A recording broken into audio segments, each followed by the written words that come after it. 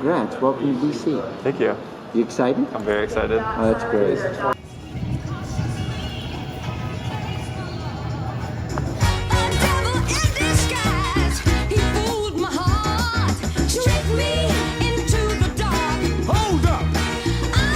That's it. You can get your mask back on. Effectively, you're in quarantine until you get a negative test result. The negative test result will come via an email to your BC email. If you turn out to be positive, you'll get a phone call and they'll tell you how to go through that way. So because of that, you're gonna be in your room once you move all your stuff in, and you can't leave until you get a negative test result. In just 2 seconds, you're gonna follow those women out of that door and then you'll be good. 50 seconds. Yeah, I like you, you're smart. If you need a job, let me know. And they're gonna give you a bag of food. It's not gonna be very filling. It's gonna take the entire community for us to stay open. So have conversations with your roommates. You're in a quad, there's 3 of you, all that kind of stuff. Make sure you know what's okay, what's not okay. Have those conversations. Oh my god.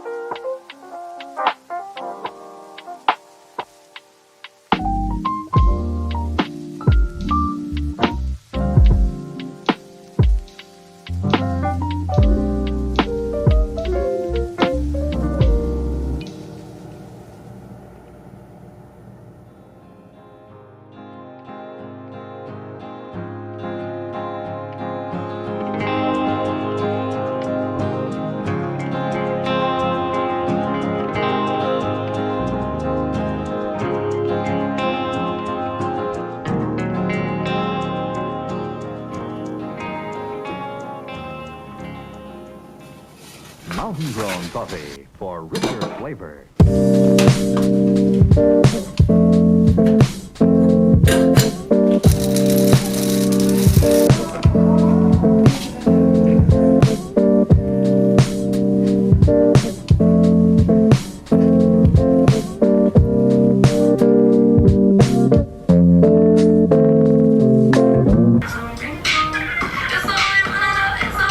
They're gonna give you a bag of food. It's not gonna be very filling.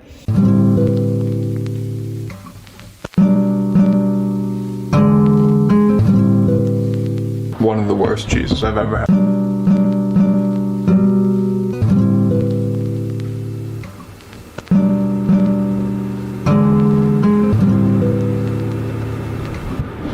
Food review. As a part of BC's mandatory quarantine upon arrival on campus, they gave us a large bag with a good amount of food. And me eating 1 meal a day, I instead snacked on peanuts 4 hours on end last night and did not eat any of the food yet. It's now been about 20 hours since I moved in, and I have a lot of food in front of me. So disclaimer, this review just covers the items that I can take apart and make keto friendly, because I am keto. So contained in the bag we have a garden salad, a quinoa salad, a sandwich with tomato and mozzarella and a turkey and Swiss. So some of my favorite food items right here in front of me. I was also supplied with some balsamic vinaigrette and golden Italian dressing. So 2 of my favorite dressings. I appreciate the grain bread, but we're gonna toss that and check out this turkey and Swiss.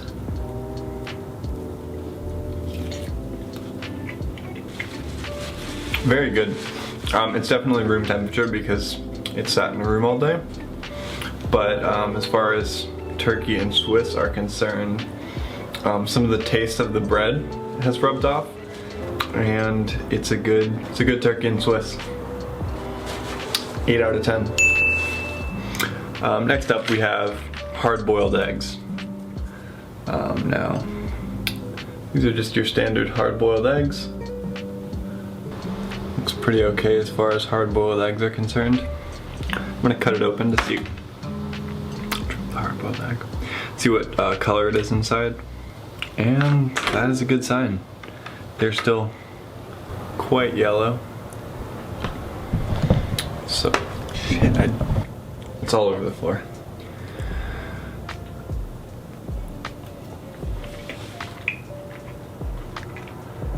Okay. Could use a little salt, but as far as hard-boiled eggs are concerned, it's a 6 out of 10. Yeah. Alright, I'm gonna clean up the hard-boiled egg now. Alright, so hard-boiled egg is cleaned up. The last thing I would want to have not cleaned up in my carpet is a hard-boiled egg, so. Next up, the tomato and mozzarella sandwich. It looks really good. Oh, the mozzarella sort of joined together. Overall, the food is pretty fresh, and I gotta say it's surprisingly keto tolerant. So, I mean, I'm eating my 1 meal for the day, and this is really gonna do the trick. So, hats off to BC on this front. I take that back. The mozzarella is the least fresh thing I've had so far, and a little underwhelming, so I'm gonna give that a 5 out of 10. I've had better tomatoes and mozzarella any other time I've had tomatoes and mozzarella, in fact. I still want to eat it though. Nothing redeeming about the tomatoes and mozzarella, I'm sorry. I have no malintent in making this video. I actually want to shed light on the successful dispersal of food to students quarantining in dorms, as opposed to our favorite example, NYU. You've seen the TikToks. So hats off to BC Dining. They did a really good job with all of this, solving the problem of keeping students in their dorm for 24 hours, more or less, and feeding them adequately. I think they did a great job, especially with all the carbs on the side. I've had quinoa like twice, but that's pretty good. Now I think this is chicken. It's a cold, white, meat-like substance. It's got an interesting taste to it. As far as meat that goes on top of salads, it's pretty average. And for the quinoa salad, I'm gonna go with the Italian. All right, now to the leaves. Some meat and leaves on a fork. Not a go out to dinner quality salad, but pretty good for a dining hall salad. The meat, again, pretty average. I'm gonna give this a 7 out of 10. Finally, we have the market salad, probably the least appealing visually of the bunch. The leaves are kind of white and light green in color, and we have olives, so no redeeming qualities to this salad. Yeah, this salad is every bit as underwhelming as I expected. Not unpleasant though. No unpleasant flavors stick out, so this is like the kind of thing I would eat for the dressing when I'm really hungry. Like really hungry. And there's nothing else to eat, like in the entire house.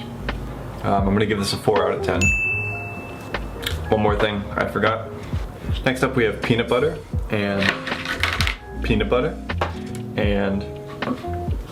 hummus and carrots. Ooh. This carrot is a bit blue, and they all are.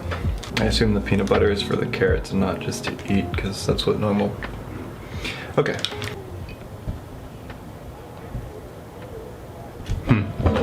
Still tastes like carrots though, so I guess if you're desperate. The peanut butter is pretty nice.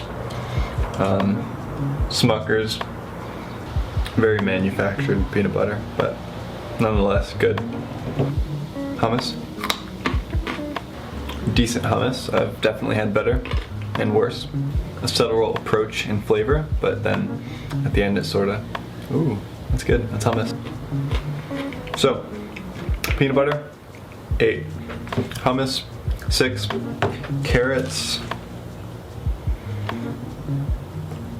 5. Sorry. What did I end up eating and what did I end up throwing away?